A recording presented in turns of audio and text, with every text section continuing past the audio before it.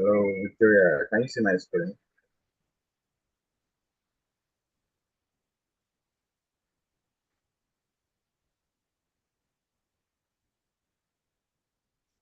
Everyone is breaking up. I can't hear anything else. Should I continue?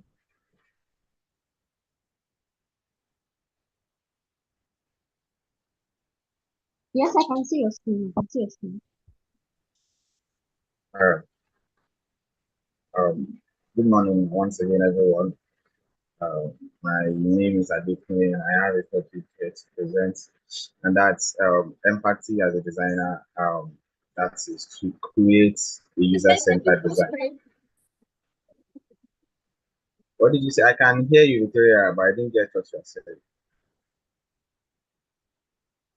Yeah, please make it full screen.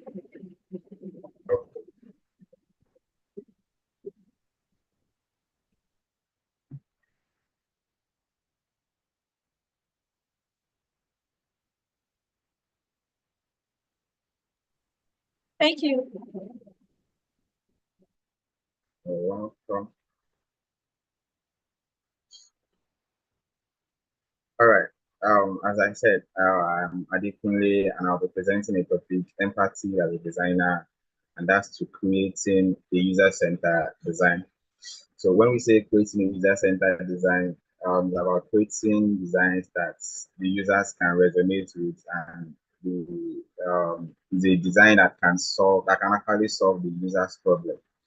And for you to do that, you need to have something called empathy. It's a soft skill. In my previous presentation, I've talked about something like that as part of the soft skill a designer should have. So I'm going to be looking more deeply into empathy as a soft skill. So please confirm if you guys can hear and see my screen clearly. Thank you.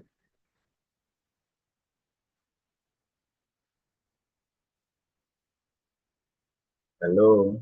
I know the network is terrible because of the rain. Can you hear and see my screen clearly? Yes, I can hear and see your screen. Yes. All right, thank you so much. So for today's session, we'll be looking at a couple of content. So we'll be looking at the introduction part. Under the introduction, we'll be looking at what is empathy in general. I'll also be talking about empathy in design. So we are not just going to be looking at the general aspect of empathy in this part. So we want to look at what do we mean by empathy when you are talking about design. Then we also have understanding the user, okay, which are like the people you are trying to solve their problem. So how do you do that?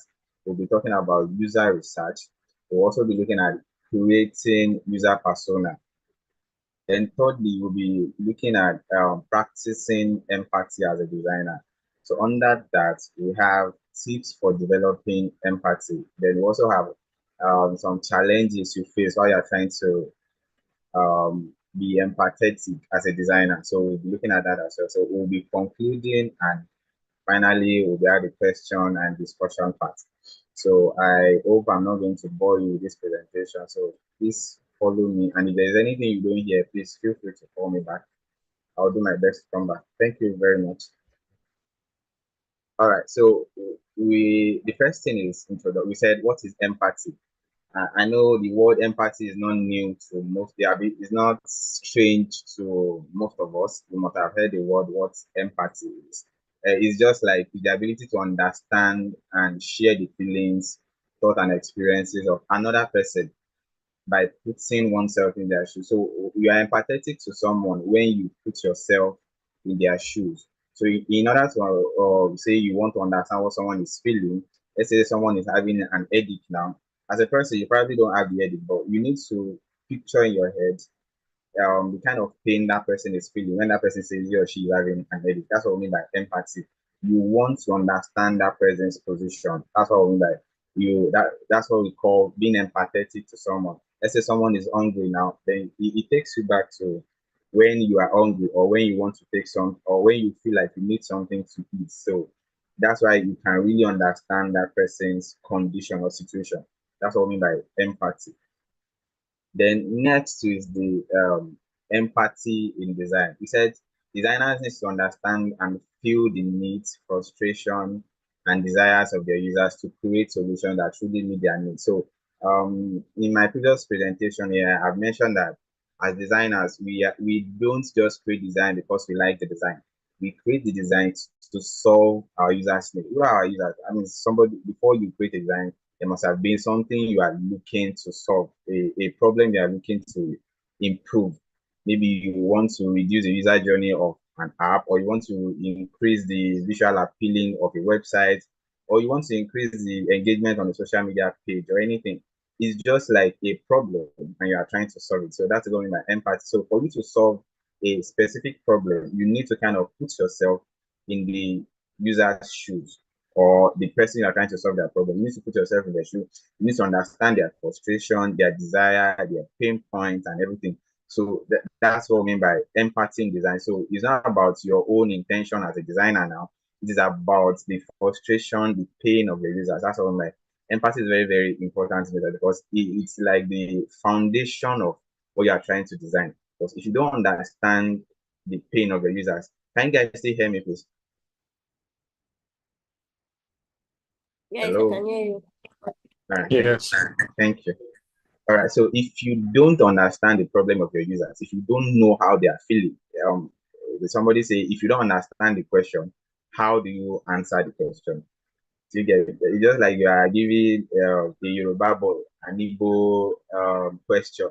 Automatically, it's going to fail because it doesn't even understand the content of that thing. So it doesn't know how to respond, how to answer that question. That's what I mean by empathy, putting yourself in your user's shoes in order to solve their problem. Do you get? So that's why empathy is very, very important in design.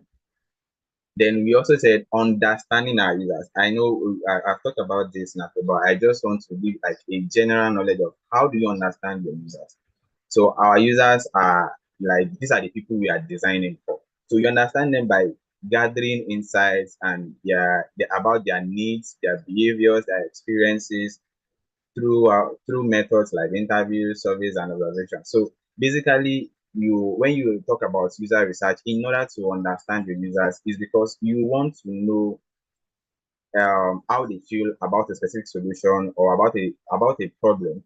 Then you are trying to research how you can their current position. Then based on that, you can now this is how I'm going to solve their problem. This is how I'm going to understand them. This is how I'm going to fix their issue. For example, you want to, as I said earlier, you are working on a project because I am currently working on a project like that.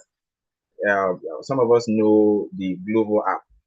Once you log into the Glovo app now, you see a lot of varieties of food. You see a lot of varieties of food, and for somebody like me, I have a problem with varieties of food because let's say I just want to order what's it called, shawarma now. It takes a lot. You have to be scrolling and scrolling before you see shawarma, before you even see the right vendor for you to get your shawarma. So that is like a problem for me, and I'm sure many people also have that problem. So in trying to solve that problem, so I and my couple of guys, we came up with an idea of trying to be specific. So we are trying to create like a specification for when you are trying to look for maybe rice now. So you are creating an app for a specific food. You are creating another app for specific. So it creates rooms for specificity. So you don't need to go to Global and start be looking for what do I buy today, what do I buy today. So automatically it comes to your head like if I want to get rice, I go to this app. If I want to get shawarma, I go to this app. That's like user research. So in order to do that, we need to understand that we should do some level of research, understand your user. But somebody like me now, because I am currently feeling that problem. So there are some other people like me, or so I will need to carry out a research. It could be interviews, it could be surveys, it could be observation, or I could just walk up to someone of you now and say, okay, how do you feel about the global app? How do you feel about getting a simplified or a specified food app for yourself? You get so that's like trying to understand, and based on the response on that, then I can now find a way to solve that particular problem. That's what I mean by user research. So I hope you guys understand what I'm saying. Please, if I'm too fast, let me know. I feel like I'm rushing. Hello, that's all. Are you there? Yeah, I can hear you. Don't mind me. I'm Yeah, calling me my too. teammates. All right, thank you. Yeah, I All hear right, you. thank you. So we have another thing is called user persona. So, like I mentioned, all these are just like a peripheral because the scope of this presentation is just basically on the empathetic aspect. So, but before you go to that, we need to understand there's something called reside and user persona. So, user persona is just like a general view of, let's say you have like 1,000 responses from your questionnaires now.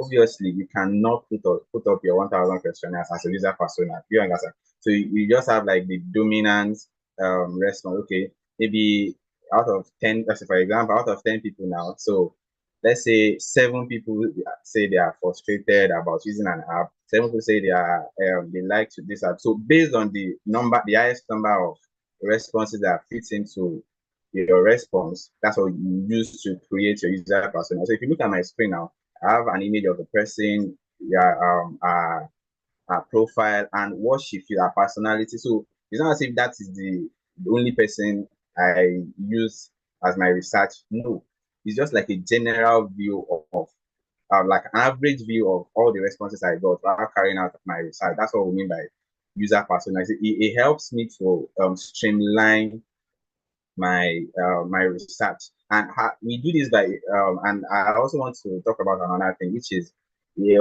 including other skills, because I used to say that the tech skill is intertwined together. We all need each other, from graphic designers to product designers to data analysts to project managers. We are all intertwined together. Imagine you have like about 1,000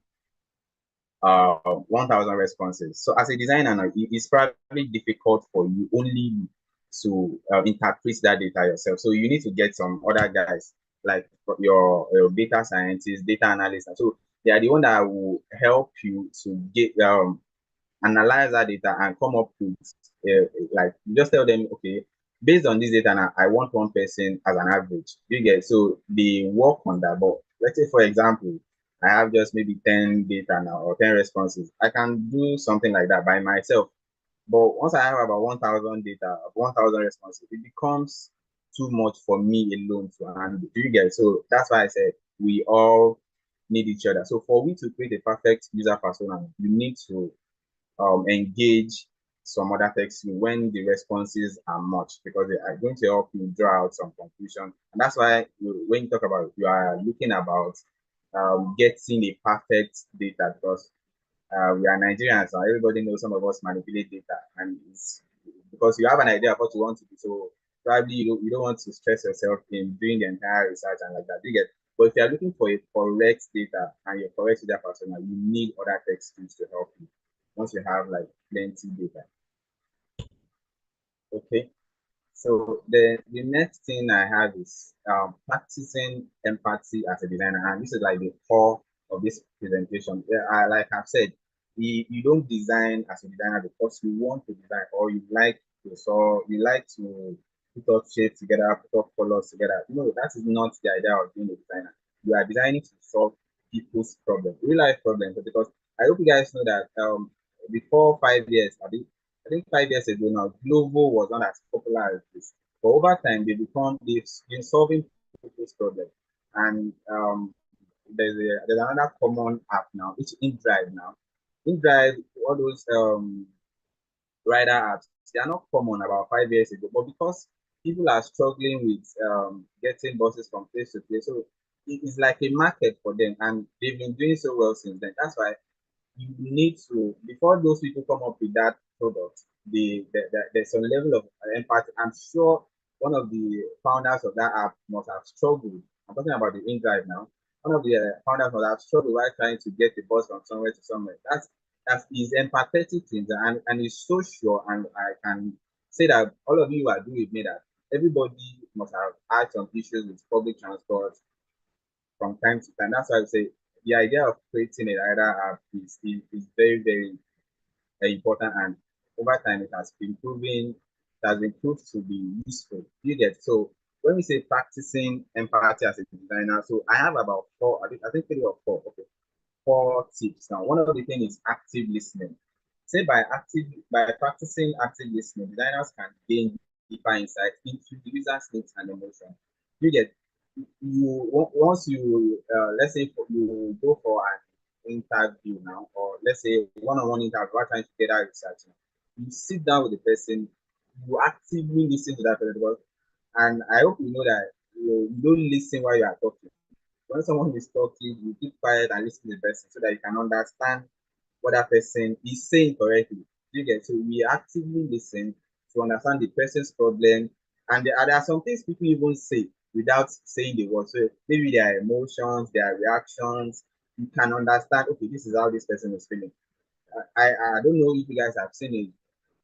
You might go out now and you see somebody hungry. Person does not need to tell you I'm hungry, but by the facial expression of that person, you can understand this person is hungry. That's what I mean by active listening. You listen not just with your ear, but with your emotions. You can see. That's something that so that way you can understand the person's problem, the person's frustration, and how to solve. And that gives you automatically an idea of how to solve that problem. Imagine I look at somebody that is hungry now, without telling me, automatically I know this person is problem. And if I have the means to solve that person's problem, I can solve it without the person asking me. That's what I mean by active listening. Then the second point, we have perspective taking. It involves seeing the world from another person's point of view to understand their thoughts and their feelings. This approach helps designers create more inclusive solutions. Yeah, just like I've said before, you do not take decisions on yourself based on as a designer because I like this color, I like this. That's why you need to take out your research out. That's why people can fill questionnaires for you. You talk to people, what do you want? So when we say perspective taking, that means you are viewing the world from that person's view. I hope you guys have seen a very trending picture one time like that, when two people are looking at 6 and 9. um it could become an argument, you get, but because that person is looking at it and is saying six, the other person is looking at it and is looking like 9. But one thing is perspective thinking is taking is very, very important because if you go to the other side, then you can now understand what that person is seeing. That's what I mean by perspective taking. You understand the person's view from their viewpoint. You get you so you don't just stand on your ground. Okay, this is what I want to say. This is the color I want to use for my design. No, you look at it from their own, because at the end of the day, you are not the person to use the design. They are the one to use the design. So they know what they want. So give them the room to express themselves. Then you to find a way to accept, okay, this is what they mean, this is what they want. You get, that's what we mean by perspective taking. We also have practice compassion, and I know this is another thing. I like this part because it's not just about talking about designers, I'm talking about everybody in general. When you say practice compassion, is about being good to everybody. You don't go to ask somebody a questionnaire for information and then you're shouting at that person. No, you get, practice compassion. As a designer now, you want to have a one-on-one conversation with someone. You are frowning your face. Somebody wants to give you information on how to solve a problem. You get, you need to be as friendly as possible. Practice compassion. If the person has not eaten, if you have the opportunity, get food for that person. You get, it's just like you are trying to engage the person, feel the person's pain. Yesterday when I was coming back, I saw some of these kids that used to wash your glass, and a lot of people give that boy, even the driver did not give him money. So you get, it's just a man aspect of that person, like, okay, let me give you money, let me give you money. You get, so as a designer now, you need to understand you should practice compassion. Not everybody is going to be like us. So whenever you are trying to get your data for your design, be compassionate enough, be responsible enough to like understand their pain. Don't rush them, don't overload them with too much information. That's compassion too. You get, give them time to think about their response. If they tell you they are coming back, or they tell you they'll give you a response later, don't let me say that, I don't want to use the word, just give them time. That basically, that's what I mean. Don't overload them, don't stress them, because you are looking for information from them. That's what I mean by compassion. So as a designer, we should all understand that compassion is very, very important in getting data, and we all know getting data is paramount to creating a solution oriented design. Okay, and I think finally now it's called continuous learning. It involves regular seeking of new knowledge and experiences to better understand diverse perspective. So I recently now I got to find out that the way you use colors is different in Africa. It's different from the way you use colors in Asian countries. You get so just find a way to keep updating your knowledge. It's not as if you have to entirely read all the books. I think the Simon said it's not just about reading the book. It could be a chapter, it could be a line, but you keep updating your knowledge. That way you get the feeling of you are growing. So when you as a designer, when you are growing, you have an idea of okay, this is how they do in this culture, this is how we do in this culture. So that way you have an idea of how things are done in other places. Then you can now find a way to solve. Imagine you have a gig from South Korea now as a designer now. You don't have to go to South Korea to start getting data. So you update your knowledge on this is their culture. You need to understand their culture. That's something that continuous learning. So as a designer now, we need to read books, we need to read design articles, not just for our location here, around the world, because nobody knows where we'll be going tomorrow. Do you get so continuous learning is an aspect of um, being empathetic. So it helps you to understand other diverse knowledge, other diverse perspectives too. Okay. I hope you guys can still hear me. Hello. Yes, we can. Yes, I can hear you. Yes, I can hear you. Okay, thank you. All right. Sorry, I had a call. So the next thing we'll be looking at is the challenges while developing empathy for our users. One of it is bias and assumptions. Why this is very important is because as designers too, we should not shy away from the fact that we are human beings. Do you get? There are some maybe based on our cultural background, based on our religious background, there are some things we know, okay, this is this, and it's kind of difficult for us to change it. So some people will say, because of my religion, I don't like to use red. Because of my culture, I don't like to use black. You get those are cultural background bias and assumptions. Even though it is not necessary in the place of design, but these are something as human beings which we have, and we need to take caution of. Then the second one is lack of direct interaction. For example, now, like I mentioned, you need to create a design for the market people, and you maybe you are somebody who doesn't really go out or doesn't have access to the market you are trying to work with. Direct that obviously we cannot get your correct data online. Do you get? Imagine you are trying to create a product for pepper sellers, not to derogate their profession, but just what it is. You are trying to create a product for them, and you are putting your research on some Google Forms. You get? They cannot understand. I'm not saying they are not educated, but they are too busy to fill up their phone, and that's going to affect your response. You get? So you need to go to where they are, and not everybody has access to going to the market or the time to do that. So that way you can get people to do that for you. Look for another way just to make sure you cater for that type of response. Then the the third one is the diverse user base. So as designers, we need to understand that the users in Africa is not the same users in Europe. It's not the same users in Asia. Do you understand? So we should always take caution that but the way they use colors is different. The way they appreciate content is different. In Nigeria now, they probably will appreciate a lot of colors, a lot of this. But probably in Europe now, they just want to go straight to the point. Don't stress them with your design prowess. No, just give them what they want. They want to get a product, give them the way it is.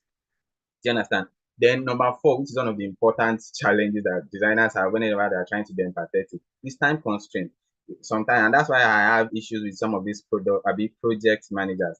They give you a design to work on. Let's say the design part of the project is to be for um, 2 weeks.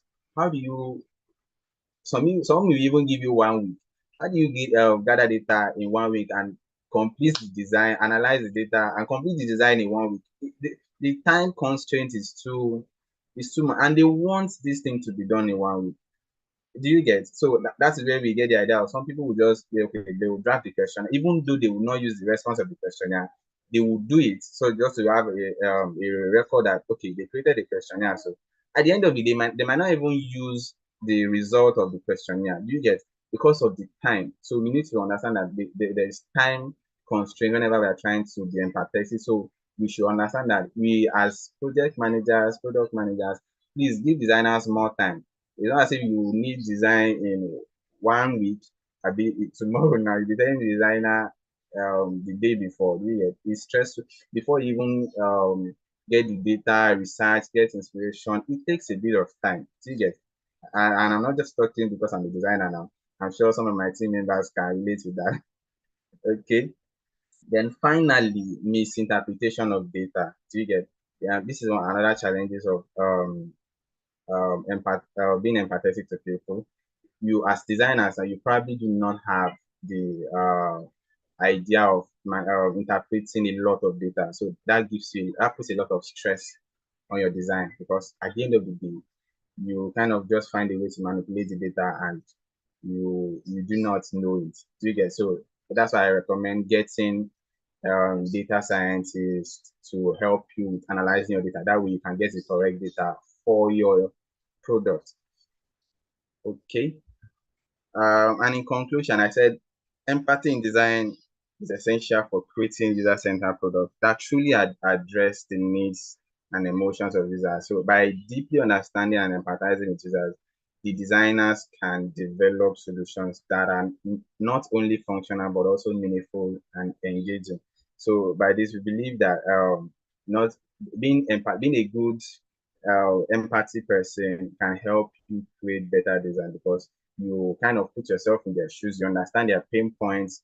You also want it's as if you are designing the solution for yourself because you're putting yourself in their shoes and you want them to get, obviously if you have a problem now, you will do your best to solve that problem yourself. You get? So that is that for today.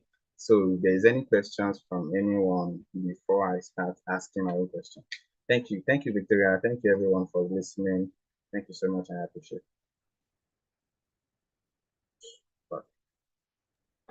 You're welcome. Thank you for the awesome presentation.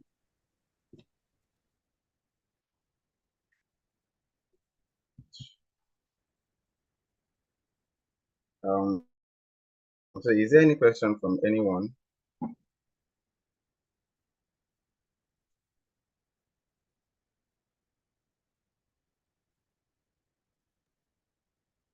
Hello. Okay, Can so I anyone guess hear the me? silence means people can. Alright, okay.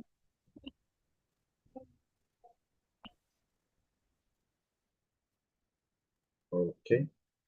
All right. Can I ask my own question now, Victoria? So now Yes, everybody sir. is silent. What's up now? It's raining. The weather is That's all. cold. Everybody is sleeping. I Abi. have a question. Okay. Okay. Can you hear me? I can hear you, sir. Good All morning. right. All right. Thank you very much. Thank you for this presentation. My question is, when doing your users research, right? You also mentioned that people from different country, when you doing a user research for a Nigerian, Australian citizen or another location, maybe in Europe and all that. There are a couple of factors you consider before doing those designs, right? So if you are in the locations like Nigeria, how do you research what metrics or parameters are you going to collect to capture from maybe Australia to make a design that suit that market?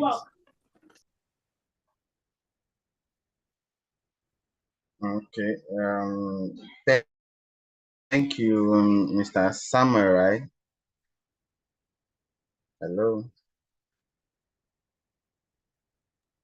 Yes, it's him. I guess it's Yes, network. Hello. Can I? Yes. It's still available. It's Mr. All Sam. right. Okay. So thank you very much. for that question. Can you hear me, Mr. Samuel? Yes, I can.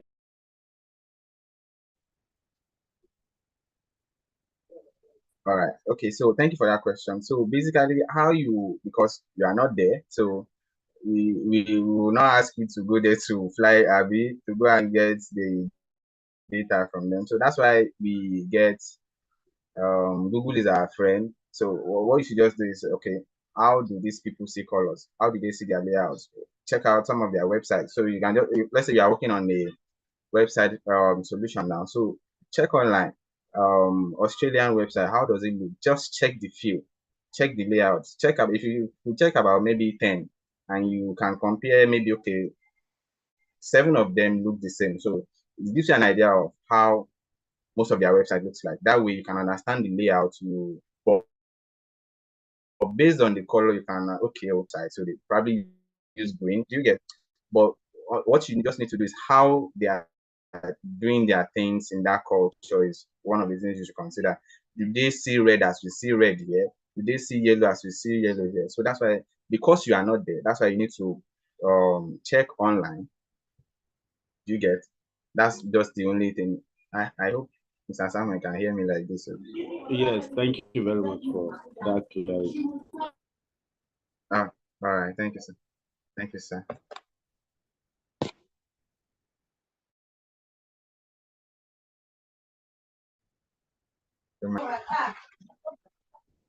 Any other questions from anyone? Okay, I have a question, but since the time is up already, can I still ask though? Yeah. Ask Oh, my don't worry, organ Victoria. no problem. Probably next KD and you are just there. And it's Victoria, like chance. No problem. Some other time. Don't worry. yeah, no, the bell. All right. So thank you About everyone the for joining. It's already 5. Please do have a productive day today. yeah, now, thank you everyone for showing up. Victoria, I hope can I start?